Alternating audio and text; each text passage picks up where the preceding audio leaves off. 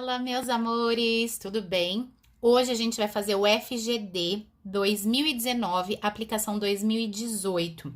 A primeira questão é uma questão sobre clonagem e o exercício pede pra gente sobre os princípios básicos de clonagem e embriologia humana.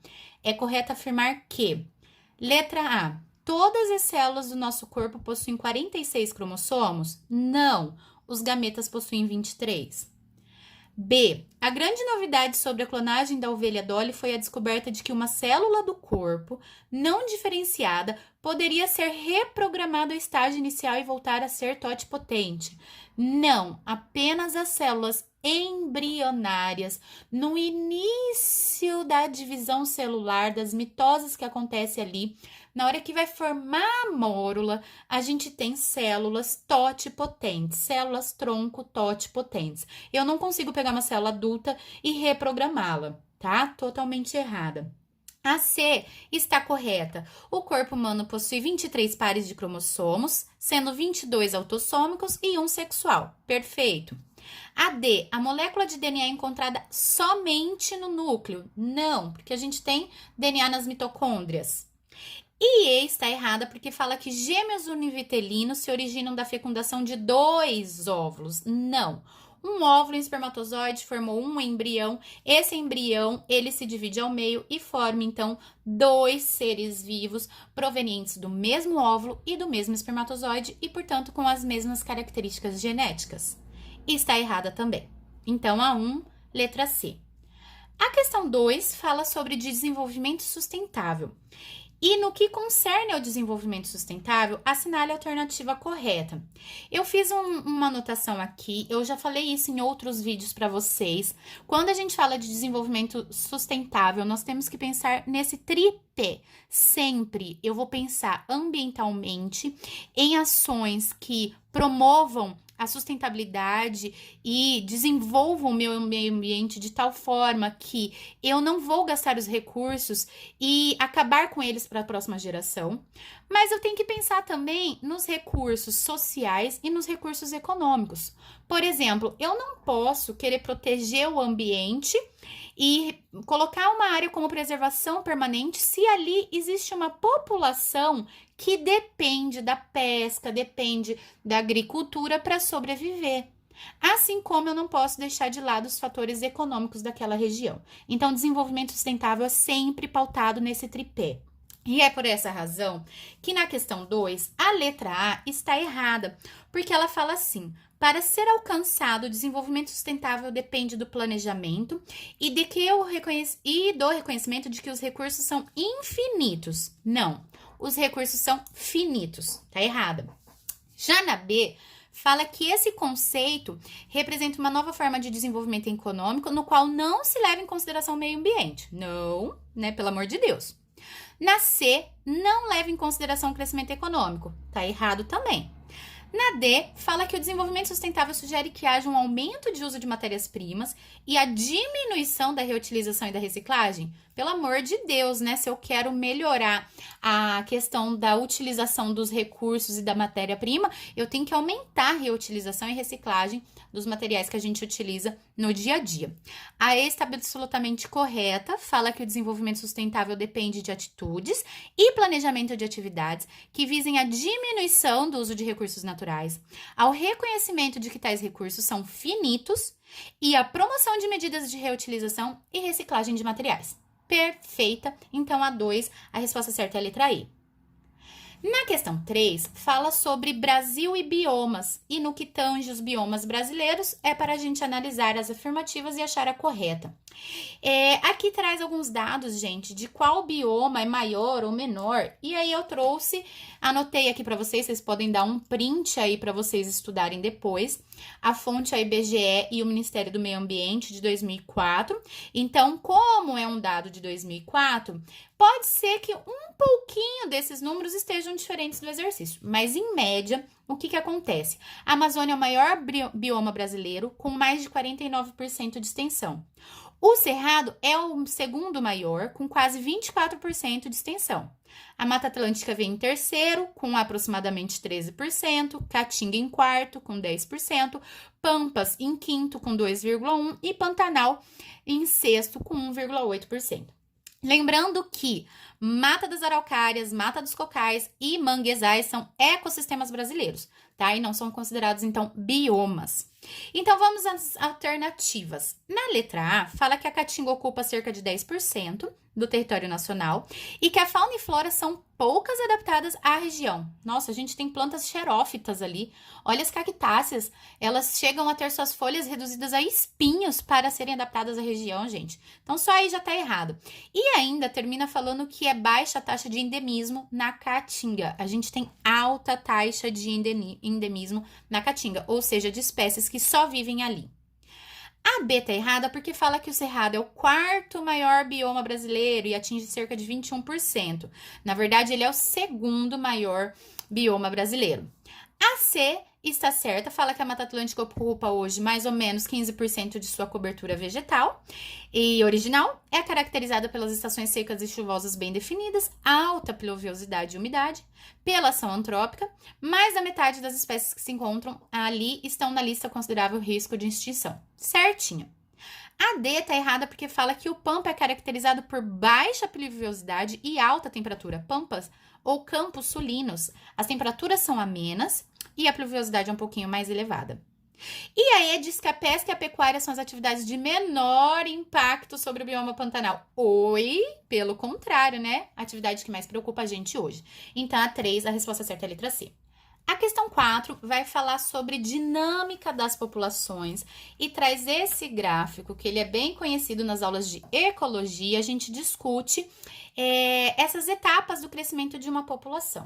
Também fiz as anotações aqui, vou esperar um pouquinho, se vocês quiserem dar um print para estudar depois, deixa eu colocar do lado do gráfico, com a legenda do que significa cada letra dessa, cada etapa do crescimento de uma espécie, o que a gente espera. Então, vejam só, pessoal, de forma assim resumida e geral. No A, a gente tem uma população que está chegando no ambiente, ela está se adaptando, ela vai começar a se alimentar, começar a se reproduzir. Então, assim, não existe um crescimento em A. Por isso que é uma fase de crescimento lento, uma fase de adaptação ao ambiente. Essa fase, ela também pode ser conhecida como fase lag, tá? Ou fase de latência. Na fase B, percebam que existe um crescimento exponencial, um crescimento rápido, um crescimento acelerado. E aqui indica que as espécies, elas conseguiram, então, ali se reproduzir e conquistar o ambiente. Mas, conforme cresce as espécies, né, o número de indivíduos, não é nem as espécies, vamos supor que a gente está falando de uma população, só uma espécie. Mas, conforme cresce o número de indivíduos dessa população, eu vou ter menos espaço, eu vou ter menos oxigênio, eu vou ter menos alimento, ou seja, os recursos eles começam a ficar escassos. E é isso que em C a gente observa. A gente tem um crescimento aqui, mas é um crescimento que já está sob o efeito da resistência ambiental. Então, em C, a população está exposta à resistência ambiental por causa do excesso de indivíduos que acabaram de surgir no crescimento B. Em D, a gente tem uma estabilização da população com médias que giram em torno de uma média. Então, em D, a gente consegue observar que essa população ela está estabilizando, ela já se adaptou ao ambiente. A partir da resistência ambiental ali tranquila, suave, ela consegue ficar nesse habitat e se desenvolver ali. Então, D indica pra gente uma fase de estabilização da população com oscilações em torno da média. E em E, seria uma fase aqui que a gente observa de crescimento esperado. Nossa, então todas as populações, elas passaram por uma fase de adaptação, crescimento exponencial, uma resistência, estabilização e vai se manter assim. É um crescimento esperado, mas ele é real? Então, esse crescimento na natureza, ele vai acontecer sempre nessa faixa de sucesso de reprodutivo, por assim dizer? Não. Então, a gente tem aqui um crescimento esperado sem interferência do ambiente, tá? Sem resistência ambiental. Porque, na realidade, vai haver aqui competição, herbivoria, parasitismo, predatismo e as populações, elas tendem a cair, tendem a levantar e aí vem toda a dinâmica populacional, tá?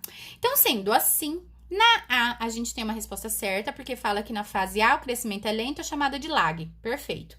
B, a fase A é a chamada de log com crescimento acelerado? A fase A? Não. Fase B é a crescimento acelerado chamado de lag? Não. Tá ao contrário essas informações da B e da C. Na D, ele fala assim, que a fase D e E é a curva de crescimento esperado de uma população em que não há interferência dos fatores de resistência ambiental. Na verdade, isso aqui corresponde somente à última etapa da curva que a gente falou, né? Letra E, D não. E aqui ele dá como C a faixa de estabilização do tamanho populacional em que ocorrem oscilações da população em torno de uma média. Na verdade, isso aqui é a descrição da fase D, essa flutuação em torno de uma média. Então, a resposta da 4 é a resposta da letra A.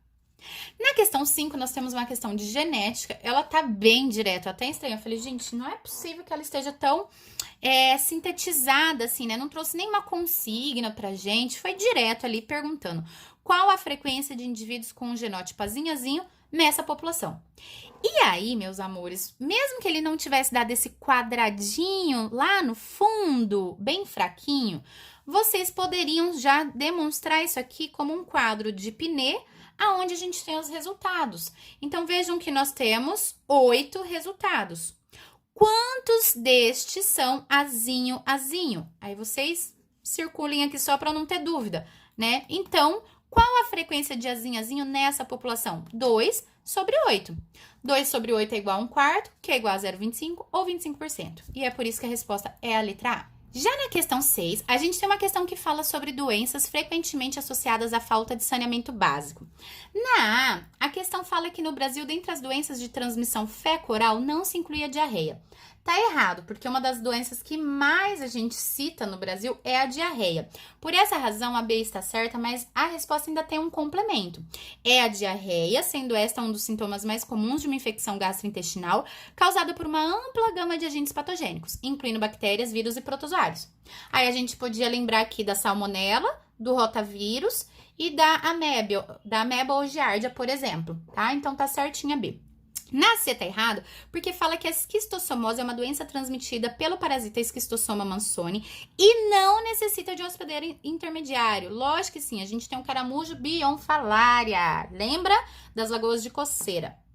Na D, fala que não há relação entre saneamento básico e a transmissão de leptospirose. Leptospirose é aquela doença bacteriana que é transmitida pelo xixi, pela urina dos ratos. E aí eu pergunto pra vocês, ratos crescem por quê? Aonde eles se desenvolvem? Em ambiente limpo? Em ambiente que não há urina? Em ambiente que não há esgoto a céu aberto? Que não há lixo? Eles crescem em ambientes assim totalmente com saneamento básico, ou seja, que tem todo um cuidado de água pura e apenas alimentos ali veganos, por assim dizer? Ratos crescem onde tem muita matéria orgânica, então onde tem lixo em excesso, onde tem esgoto, onde tem urina, onde tem ali tudo o que é necessário para que eles consigam se alimentar e se reproduzir. Então esse não há relação está errado por causa disso, tá? E a letra E fala assim que o lançamento de esgoto em rios, lagos e valas em áreas de perímetro urbano não altera as condições ambientais. Oi! Por isso que na questão 6 a gente fica então com a letra B. E para finalizar, a gente tem a questão 7, que diz assim: a seguir estão listados tanto os nomes comuns quanto científicos de 4 espécies distintas entre si. Ele não diz que são espécies de plantas, e aí alguém pode se perguntar, nossa, eu sou obrigado a saber esses nomes e saber que isso são plantas e saber ainda a classificação? Sim, porque são exemplos clássicos. A gente sempre cita esses exemplos no estudo do Reino Plant, tá? Então, por exemplo, uma sequoia. Todo mundo tem que saber que a sequoia é uma gimnosperma. Todo mundo tem que saber que uma cavalinha é uma pteridófita. Assim como palmeiras e abacateiro são angiospermas. Então, só por isso aqui, vocês já chegariam na resposta certa, que é a letra A. Gímino, pteridófita e angiospermas, pois mono e dicotiledônia são exemplos de angiospermas. Vejam que a gente não tem mais nenhuma outra opção começando com essas duas alternativas. Aí, para ajudar vocês a relembrarem, eu coloquei aqui e vou dar um tempinho para vocês também darem um print, algumas características de monocotiledôneas, tá? E aí vocês já vão entender quais são as características de dicotiledôneas. As folhas são paralelinérvias, ou seja, a gente tem os nervos retos paralelos nas folhas de monocotiledôneas. As raízes são fasciculadas, então nós não temos uma raiz principal pivotante. As flores são trímeras ou múltiplas de 3.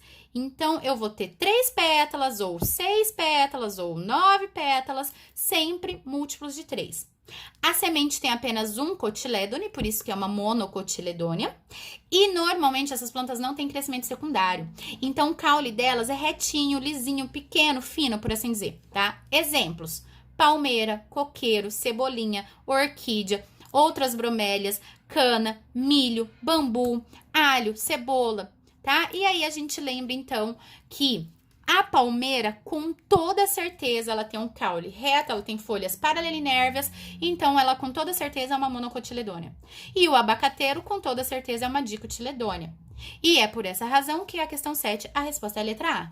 Termino aqui mais uma prova. Sugestão de um biomaníaco que pediu para resolver essa prova, podem mandar os pedidos de vocês, que quando der, eu resolvo para vocês também outras provas, tá bom? Um beijo, bons estudos e até mais!